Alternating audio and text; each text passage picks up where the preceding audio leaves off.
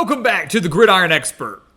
It's truly hard to believe that we're already in week 5 of the college football season. It's just flying by this year.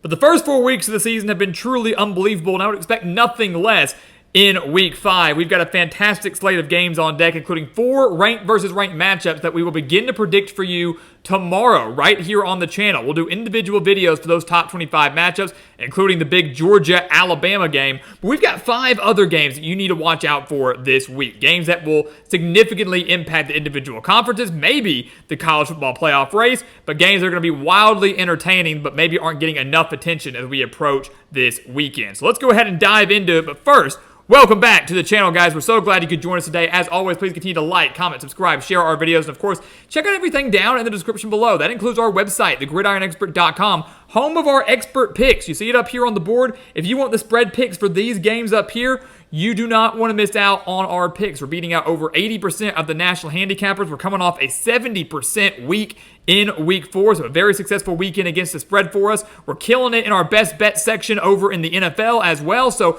you don't want to miss out on some of the best picks in the country for one of the lowest prices in the country. And we're doing it for a full year as well. Full year-long subscription for one low fee. No other site's going to offer you that, and no other site's going to put up the type of numbers that we're putting up. So go check it out. The link for that down in the description below. So let's jump in.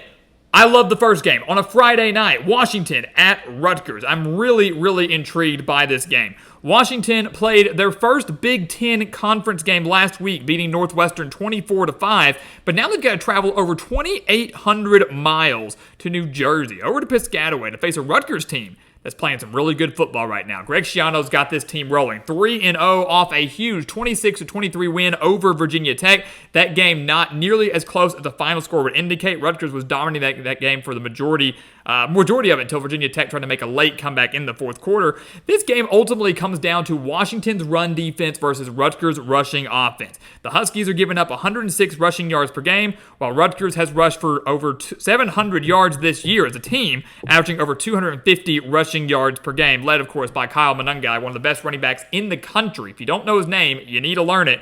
457 yards, 5 touchdowns already on the year. Rutgers, though, seems to be putting together a solid passing attack as well. They added Minnesota transfer Ethan Kaliak-Manis, had his best game as a member of the Scarlet Knights last week against Virginia Tech, throwing for 269 yards. I like Rutgers a lot in this game.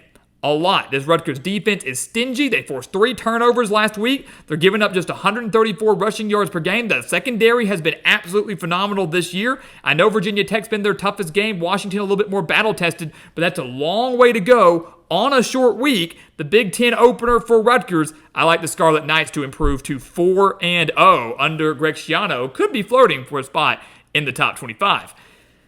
All right, let's do it. Arkansas and number 24, Texas A&M. If you are a fan of either of these teams, you probably had about 1 million heart attacks over the last decade or so. This game will mark the last meeting between the Razorbacks and the Aggies at AT&T Stadium. The last meeting between these two teams in Arlington. Some are rejoicing over that. Some are upset about that. Pick your poison. But A&M might be a little upset about it because they have thrived at Jerry's World. A&M has won 11 of the last 12 games against Arkansas, but a lot of those have been close. 6 of those 12 games have been decided by 1 possession. 3 of them went to overtime, but the Aggies have Arkansas's number. This year, though, could be a little bit interesting. Maybe Arkansas is able to get a win in that final game in Arlington. The Hogs are off a huge but sloppy win against Auburn on the Plains. They had 183 rushing yards on the day, but did throw 2 very bad interceptions from Taylon Green. He's phenomenal with his legs, struggles a little bit with accuracy in the passing game, and the Hogs should have won by a lot more, but they failed to capitalize off of 5 Auburn turnovers. So credit to the Hogs defense, but the offense has got to learn to capitalize and stop beating themselves, just like they did against Oklahoma State a few weeks ago. When you take a look at Texas A&M, I don't think the Aggies should be ranked. What have they done? They lost to Notre Dame, who clearly is not as good as we once thought. They beat a very bad Florida team, and they struggled mightily against Bowling Green just last week. So I don't think the Aggies should be ranked. They're not ranked in our GE Top 25. But so far, they've looked solid. Backup quarterback Marcel Reed has looked great, 422 yards, 4 touchdowns, has also rushed for over 200 yards in his time so far this year, replacing the injured Connor Wigman. This is an Aggies team that's allowing just 122 rushing yards per game, and that's once again the battle you have to look out for here. Can A&M stop that Arkansas rushing game that has been very, very good this season? Not just with Taylon Green, but also with Jaquindon Jackson. So this is a game that I expect to be very close. I expect this to be a hard-fought game. Maybe could go to overtime again. Would be very fitting. The last game at Jerry's World would go to overtime or be decided by one possession. But I've got to go with the Aggies here. I think their offense has enough to exploit Arkansas's defense. I think their defense, especially that defensive line, has enough to exploit a shaky Arkansas offensive line that, saw Taylon Green under a lot of pressure last week against Auburn. I like the A&M here. History is on their side. It's hard for me to pick the Hogs when they've struggled this much against the Aggies.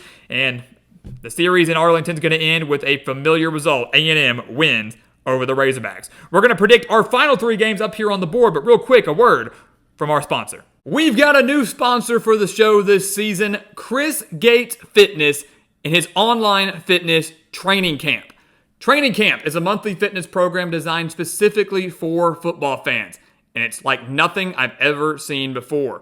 With hundreds of different workouts and exclusive content such as the calorie calculator and, my personal favorite, the low-calorie, high-protein tailgating cookbook, Training Camp is a must for any football fan looking to get or stay in shape.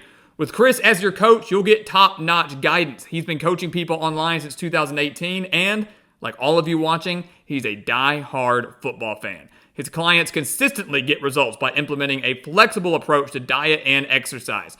So if you're interested in getting brand new workout programs every month, fitness challenges every month to push you to develop healthy habits, challenges within the Training Camp community like weekly football pick'ems, access to live Q&As where you can get direct, personalized support from Chris with your health and fitness, and the support of a community of people there to encourage you every step of the way, you need to visit chrisgatesfitness.com/Gridiron Expert, the link down in the description below. Learn more, sign up today, and use our promo code GRIDIRON to get your first month for just $10. How about Wisconsin and number 13 USC? Let's call this the Alex Grinch Bowl. Alex Grinch, of course, the former defensive coordinator at USC, got let go. Now he's on the staff at Wisconsin. And look, here's the thing. USC rejoiced when they got rid of him, but their defense last week against Michigan looked like it was still being run by Alex Grinch. They allowed 290 rushing yards, 6.3 yards per carry, and that 27-24 loss to Michigan. A game that USC, despite all the mistakes, despite how bad they were against the run, nearly won. Didn't give up the game-winning touchdown until about 30 seconds remaining in the game. Here's the thing. That defense, I don't expect to be that bad again. Wisconsin's offense is struggling mightily. They lose Tyler Van Dyke, their quarterback for the year. They're going to have to rely on Braden Locke. This is a team in Wisconsin that does average 172 rushing yards per game, so the Trojans do have to be mindful of the run game. Can't allow a repeat of what happened last week, but Wisconsin is not a team that scares me with their ability to throw the ball. So this is a Wisconsin team that, in a way, plays a similar style as to what Michigan ran. Now USC gets to host the Badgers in their Big Ten home opener, facing a team that's very similar to the Wolverines that nearly beat last week. The Trojans fix their defense, the offense significantly better than the Badgers. They will get this win, and they'll win by double digits to earn their first ever Big Ten victory. And how fitting to do it at the Coliseum. If you like offense, you're going to like Colorado and UCF. Both teams are now 1-0 in conference play in a wide-open Big 12. That's why this game is up here. Not just because it's going to be fun to watch, but because this conference is insane. BYU's looking good. Kansas State and Oklahoma State play this weekend. The loser of that could be out of the title race. So the winner of this game in Colorado UCF will be 2-0 in conference play. It could be considered a contender for the Big 12 championship.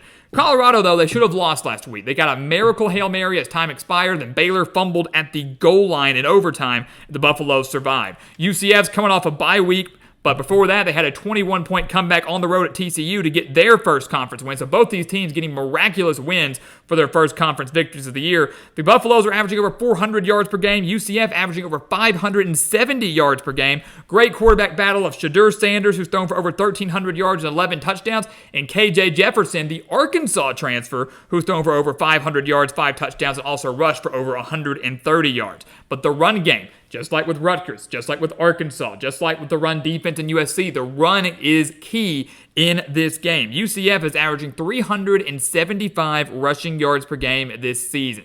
They've got a mobile quarterback. They've got a great running back core. It is phenomenal for Gus Malzahn's offense. Colorado, they can't stop the run. The Buffaloes are giving up over 150 rushing yards per game. That includes 166 last week against Baylor. The Buffaloes have given up at least 131 rushing yards in every game they've played. That includes North Dakota State. That includes Nebraska. They haven't looked great. UCF has got home field advantage. They've got an offense that can match the Buffaloes, arguably better than Colorado's. They've got a significantly better defense, and they will win this game to improve to 2-0 in Big 12 play. And they are legitimate Big 12 title contenders.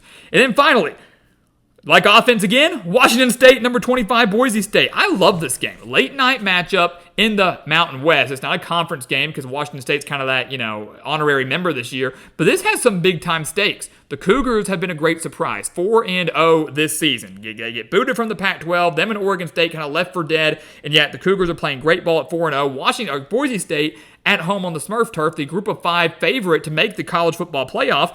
You look at Washington State, they narrowly beat Washington a couple weeks ago, 24-19 with that stop on the 1-yard line. Then they had a thrilling victory over San Jose State, 54-52 in double overtime, a game that for me will go down as one of the wildest games of the entire year. The Cougars have a phenomenal offense. John Mateer has been insane at quarterback. Over 1,100 passing yards, 11 touchdowns, has rushed for over 400 yards this season and 5 touchdowns. They're averaging over 515 yards per game.